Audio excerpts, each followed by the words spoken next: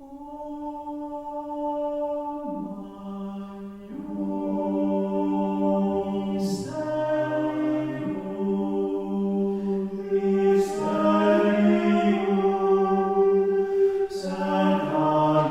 year, a few seminarians of St. Thomas Aquinas Seminary build a nativity scene to put on display and help visually draw the community and our faithful into the mystery of Christmas. This year, they followed the traditional French custom of the Provençal Crèche, using many of Father Rector's personal figurines that his family used in their nativity scenes years ago. These little clay figurines are called Santons. The Provençal word santon means little saint. These little people are placed in the nativity scenes for Christmas and carry on the Provençal traditions, way of living, and families. They are the timeless witnesses of Christianity and of the people of Marseille's resistance in the face of the French Revolution's prohibitions. They are also a representation of the nativity scene, of the old trades and the traditional figures of the Christmas pastorals. The people of Provence pass them on from generation to generation, and each new generation adds the new figurines created by the santon makers, or santoniers, of its time.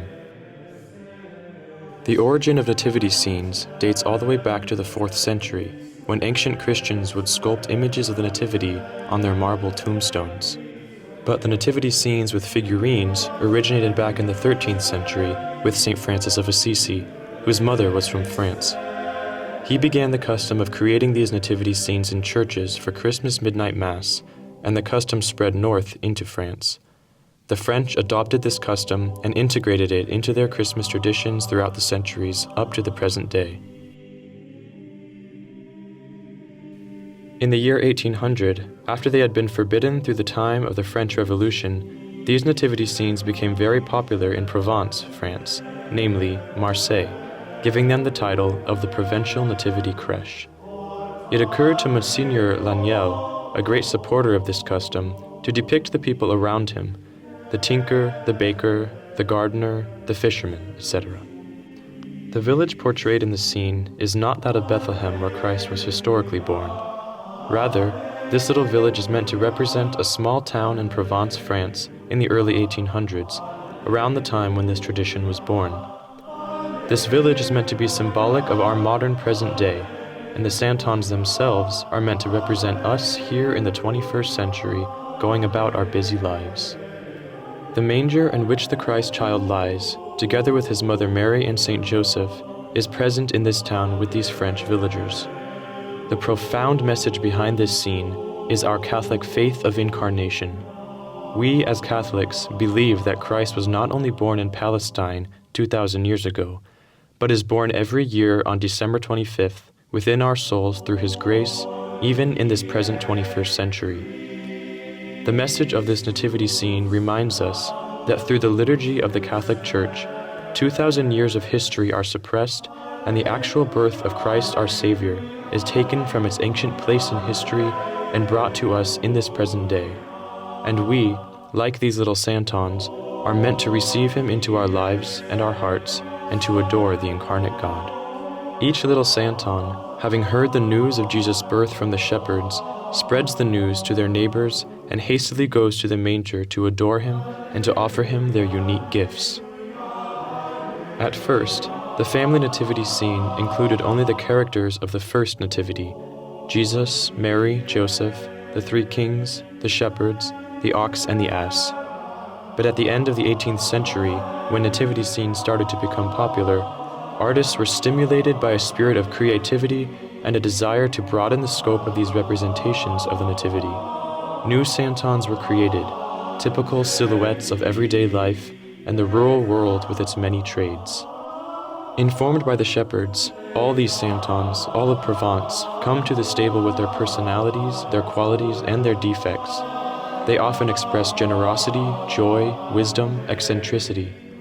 They are so lifelike in representing us, as we too go to the manger to offer ourselves, our lives, our joys, our sorrows, worries, and fears to this divine child. Some of the key figures include l'ouravi, Rustide, the Arlesian woman, the flutist, the carpenter, the baker, the spinner. L'ouravi is a young man, gentle, innocent, and eccentric, with a radiant face full of wonder, he offers his jubilation. He is a simple man, dressed as a servant, but full of admiration. He stands there next to the stable, with his eyes cast down upon the child, and his hands thrown up in the air with joy for his happy event.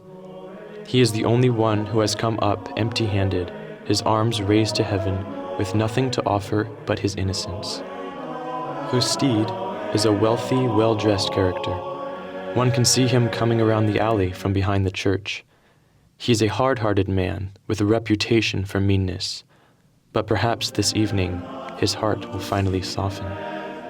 Everyone is talking about the Arlesian, and she is certainly beautiful in her violet gown and matching shawl and parasol, not to mention the black velvet ribbon that shows off the slenderness of her neck. She is a pious woman, and her visit to the church is interrupted by all the hustle and bustle of the town on this joyous night. The little flutist boy is first to arrive. He stands to the edge of the stable with his flute and plays sweet melodies to help Jesus sleep, though no one really notices him except Mary. They all think his music is the voice of the angels. The carpenter provides the town with all the woodwork it needs. He can be heard from the other end of the village, spinning his grindstone and its large wheel to sharpen his tools. He talks loudly and gladly spreads the news that he heard from the shepherds. The spinner is a humble, unassuming little old lady. She spins to protect the little one from the cold. Some call her Marto, in memory of Saint Martha. The gardener is an old gentleman with his lovely wife. Together, they bring to the village some color through their beautiful flowers, and they provide the children with healthy, homegrown vegetables. They are excited to decorate the stable with their daisies and roses. Madame Water-bearer is essential to the village. She can always be seen going to and from the village well with her pitchers. After all, Mary is going to need water to wash the little one's swaddles. In Provence, they say, if the sun does not shine on Saturday, it's because Mary is doing laundry. Some other examples include the drummer, the hunter, the wood-bearer, the fisherman, the blind man and his son. Each has his own story that leads him to the manger to give himself to the divine child and to give us an example of generosity before this great mystery of Christmas.